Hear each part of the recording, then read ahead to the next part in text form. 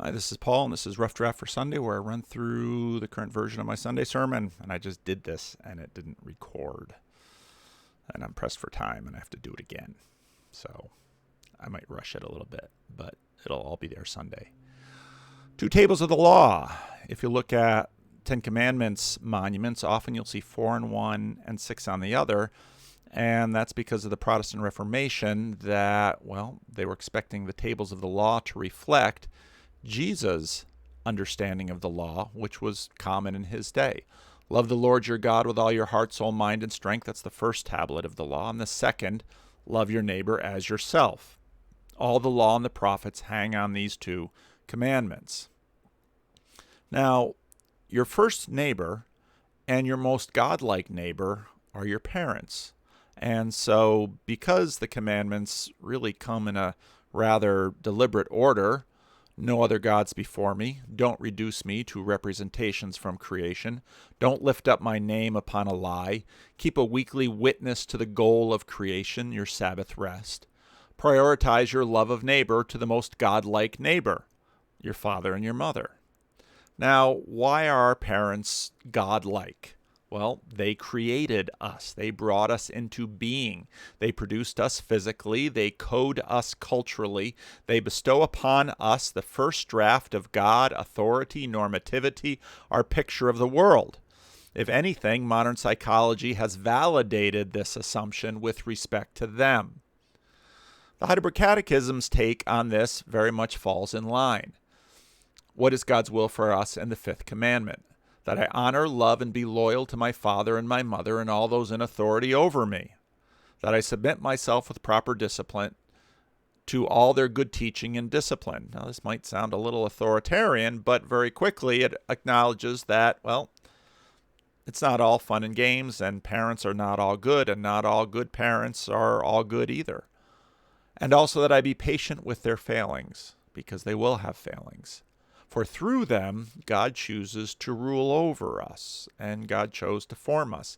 Now, it's very interesting because some people will balk at that last statement, but people on their way out the door of the Christian church will very quickly embrace karma. And I might add that this sowing and reaping that you'll find pretty commonly in the Bible, attributing to God things that happen, and this, again, if you watch my videos, gets into God number 1 and God number 2, people will throw off Christianity and very quickly start to talk about karma.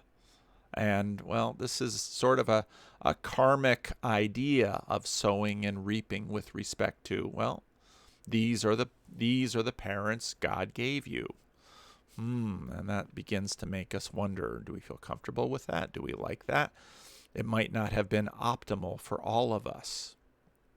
Now, the commandment itself, according to many interpreters, is actually pretty straightforward. John Walton, in his Cultural Backgrounds commentary, makes this note.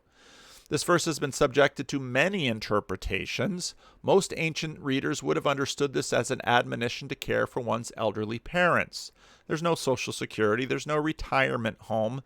Throughout traditional cultures all over the world, it was simply assumed that your retirement plan was to have children, and that when you're too old and infirm to work, they will take you into their home and they will feed you. In fact, many laws similar to this and other ancient codes stipulated just how much food one would owe their parents. This was quite simply the way the ancient world works. Even in the book of Acts, the food distribution going out to widows, well, that was the community taking care of their seniors. Now, the Apostle Paul makes a note that this is the first commandment that's given with a promise, and the promise is really quite reasonable. Honor your father and mother so that you may live long in the land the Lord your God is giving you. What does that mean? Well, if you grow up watching your parents care for their parents, and you might very well decide, well, that's what you should do when you grow up. Remember, our parents are our most godlike parents in that we learn what is right from them. And so if you take care of your parents and your children watch you take care of your parents, odds are they'll take care of you. If you treat your parents like dirt, well, they might treat you like dirt. And so The Heidelberg Catechism says, be patient with them in their failings. And hopefully your children will be patient with them and with you in your failings. And this long living has, well, a lot to do with, well, getting to eat when you're old. Because again, in most of human history, there's no Social Security, there's no retirement, there's none of that. It's just your kids. Now, traditional cultures around the world work in this way. Your parents are your first neighbors. Your family is your first community. Caring for aged parents by the family is a marker of one's moral quality. My particular part of California has many people from Asia who come from much more traditional cultures than many of us Anglos. And guess what? They place a high mark on this, and they're frankly horrified sometimes at the way some of us from Europe or of European descent care for our parents. They would never allow a stranger to care for your parents. But we do that. But these family ties, these family bonds, these things go deep. We have a lot of sayings about it. Blood is thicker than water. Family is the most important. You'll hear again and again on Arrested Development. But how well does that importance really play out? And haven't we in the last couple of 100 years be ready to get rid of it? In fact, in many ways, kingdoms and empires have mitigated against family. Kingdoms and empires performed important tasks such as waging wars, building roads, constructing palaces, and for these purposes, kings taxed their people. But they were pretty reticent about intervening in things down in the weeds.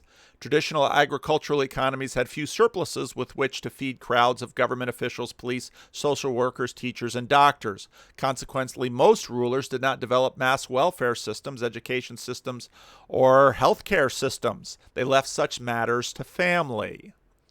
All this changed dramatically, Yuval Harari says, over the last two centuries. The Industrial Revolution gave the market immense new powers, provided the state with new means of communication and transportation, and placed at the government's disposal an army of clerks, teachers, policemen, and social workers. At first, the market and the state discovered their path blocked by traditional families and communities, like churches, with little love for their outside intervention. Parents and community elders were reluctant to let the younger generation be indoctrinated by nationalist educational systems, conscripted into armies, or turned into rootless urban proletariat. Over time, however, states and markets used their power to weaken the traditional bonds of family and community. The state sent its policemen to stop family vendettas and intervene in domestic disputes and replace them with court decisions. Family doesn't decide, the court decides. No, Ricky, you can't spank Lucy. The lawyer sent his hawkers to wipe out long-standing local traditions and replace them with ever-changing commercial fashions or laws. This was not enough. In order to really break the power of family and community, they needed the help of a fifth column. The state and market approached people with an offer they could not refuse. Become individuals, they said. Marry whomever you desire without asking permission from your parents or your church. Take up whatever job suits you, even if the community elders frown or the church elders frown. Live however you wish, even if you cannot make it to every week to a family dinner or to your church service. You are no longer dependent on your family or your community. We, the state and the market, will take care of you instead. We will provide food, shelter, education, health, welfare, and employment, and we will provide pensions and insurance and protection. And most of us said, whew, glad to be liberated from all of those traditional norms. Romantic literature often represents the individual as someone caught in a struggle against state and the market. Nothing could be further from the truth. The state and the market are the mother and father of the individual, and the individual can survive only thanks to them. The market provides us work, insurance, and pension. If we want to study a profession, the government provides schools. If we want to open a business, the bank provides money. If we want to build a house, a construction company builds it, and the bank gives us a mortgage, in some cases subsidized or insured by the state. If violence flares up, the police protect us. If we are sick for a few days, our national health insurance takes care of us, or at least our employee health insurance. If we are debilitated for months, National Social Services steps in. If we need around-the-clock assistance, we can go to the market and hire a nurse, usually some stranger from another side of the world with traditional values, who takes care of us with the kind of devotion that we no longer expect from our children because we didn't raise them that way. If we have the means, we can spend our golden years at a senior citizen's home. The tax authorities treat us as individuals, do not expect us to pay the neighbor's taxes. The courts, too, see us as individuals and never punishes us for the crimes of our cousin. Surely Jesus is against this. Jesus seems awfully anti-family in some of these quotations. Large crowds traveling with Jesus and turning to them, he said, "If anyone comes to me and does not hate father and mother, wife and children, brother and sister, yes, even their own life, such a person cannot be my disciple." Wow. That doesn't sound like honor your father and mother. Another disciple said to him, "Lord, let me go and bury my father." Now, the point wasn't that his father was dead and needed to be buried. The point was his father was old and needed to be cared for. And the man said, "Wait until my father passes, then I'll be your disciple." And Jesus says, "Let the dead bury their own dead." Well, that sounds harsh. On one occasion, an expert of the law asked him about, what must I do to inherit eternal life? And Jesus says, well, follow the commandments. How do you read them? Love the Lord your God with all your heart, soul, mind, and strength, and your neighbor as yourself. Exactly what we started out saying here. Jesus says, do this and you will live. But he says, who is my neighbor? Seeking to justify himself. Jesus told him a story of a man going from Jerusalem to Jericho, and he was attacked by robbers, and he was stripped and beaten and left for dead.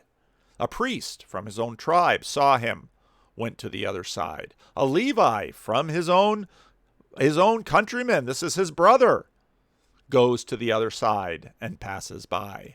And then a Samaritan, a religious and political rival, saw the man, took pity on him, went to him, bandaged his wounds, poured oil and wine on him, put him on his own donkey, brought him to an inn to take care of him, and the next day gave the innkeeper 2 denarii and said, look after him, and when I return, I'll pay you, the nursing home guy, whatever it is.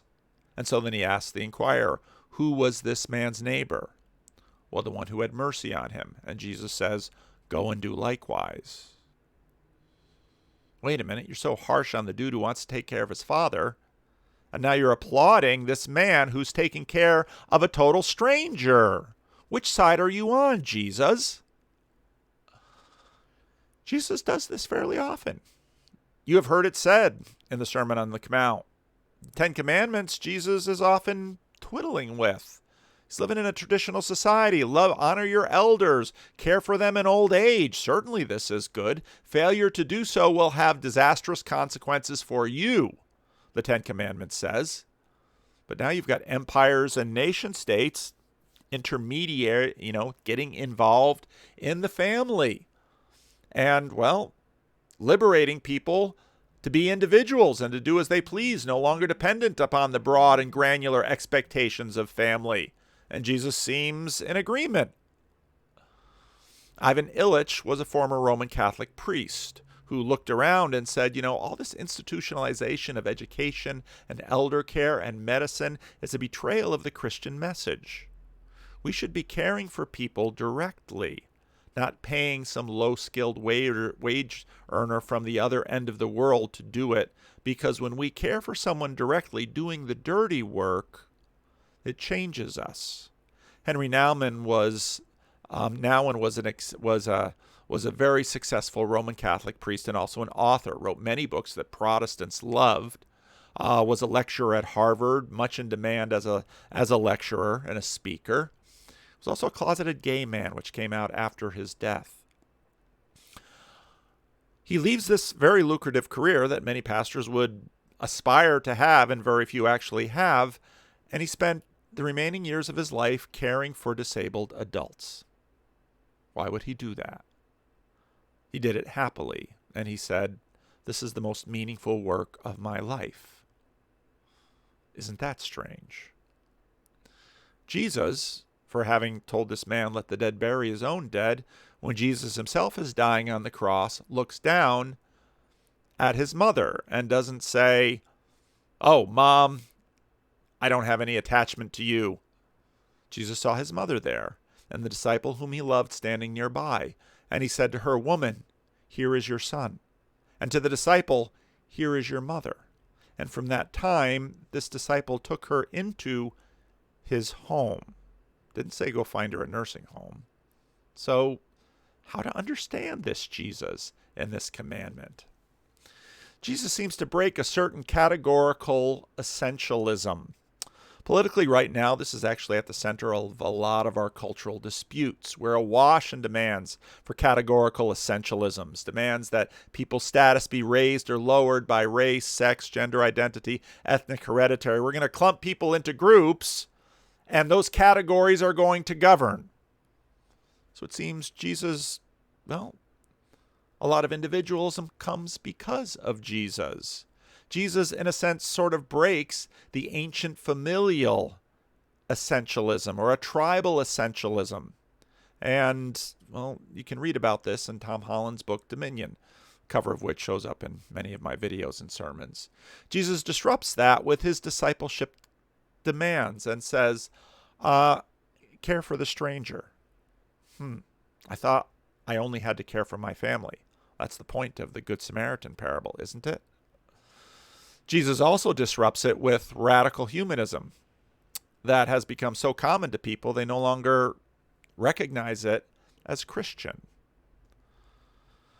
So then how should we apply this commandment when it seems Jesus had been muddying it? And I think actually the Heidelberg Catechism gets things quite right.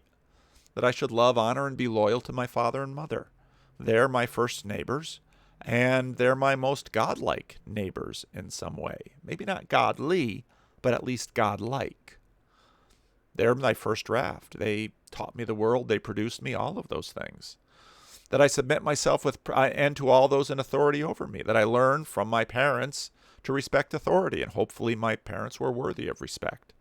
And when parents are not worthy of respect, these things get muddled with down the line, as modern psychology obviously knows. That I submit myself to them with proper discipline, to all their good teaching and discipline. And that I also be patient with them in their failings, because they might be godlike, but they're not necessarily godly. For through them God chooses to rule us and to form us and to make us, and that's true. This isn't somehow a nod to authoritarianism, but an understanding that each of us functions better in this world if we understand and can submit to authority. But our lives are messy, and they're a muddle. John Van Donk has been on my channel a number of times. He visits Living Stones from time to time, and when I first had him on my channel, I had him tell his story. Now, many Dutchies in the U.S., Dutch immigrants, will brag about their parents or grandparents or ancestors hiding Jews because they want to be on the right side of history, and many did so nobly and rightly against Nazi aggression. John Van Donk doesn't have this story. His father drove truck for the Nazis, something that would be shameful. His father and his mother didn't stay together, and John wasn't fathered like he had hoped for from his father. And for John, that became a source of bitterness, and it's something he carried with him. And it impacted his image of God the Father, and it impacted his image of himself, and he had to live with that for a number of years, until another Roman Catholic priest with some funny ideas kind of helped John see something about fathering and see something about his Father in heaven, that although there were lapses in John's biological father, John's Father in heaven had managed to father him through many other men through his life, men who would step in and be a father to him and teach him fathering and teach him fatherhood. In fact, one little job that John has right now is he works for an organization that's called Pro Fathers, that encourages us to pay attention to the vital need that fathers are in our lives. Many of us recognize the role that mothers play, but fathers are sometimes, in our current categorical essentialism a little bit shoved to the side. And so what this did for John Van Donk is it taught him about, maybe my earthly father wasn't what I needed, but my Father in heaven brought in much fathering to me, and I should learn from that. Our parents are godlike, and they ought to be honored. They might not be perfectly godly, and in some cases they're dramatically not godly, and we have to deal with that. And we should deal with that with patience and generosity, not only because of them, but also not to wound ourselves.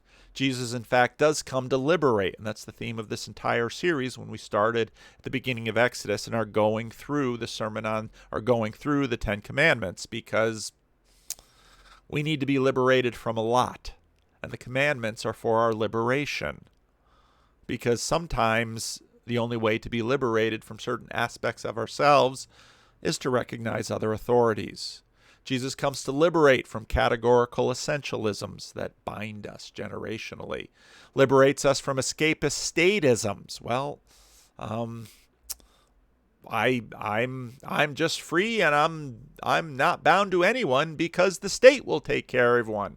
Or state escapism. Well, let the state do it, not me. And from limitations of our own stories, the failures of our fathers and mothers, and yet learning how to honor even parents who were not trustworthy. And even if they were generally trustworthy and they bestowed upon us a good first draft of many areas of our lives, then we give them the honor that they in fact deserve.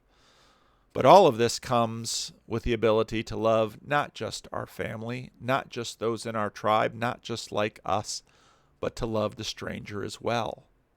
And all of this opens us up to stories that are painted on a much broader canvas, where our Heavenly Father fathers through our earthly fathers and mothers, and fathers through the limitations bound by this time frame, even over into the age to come.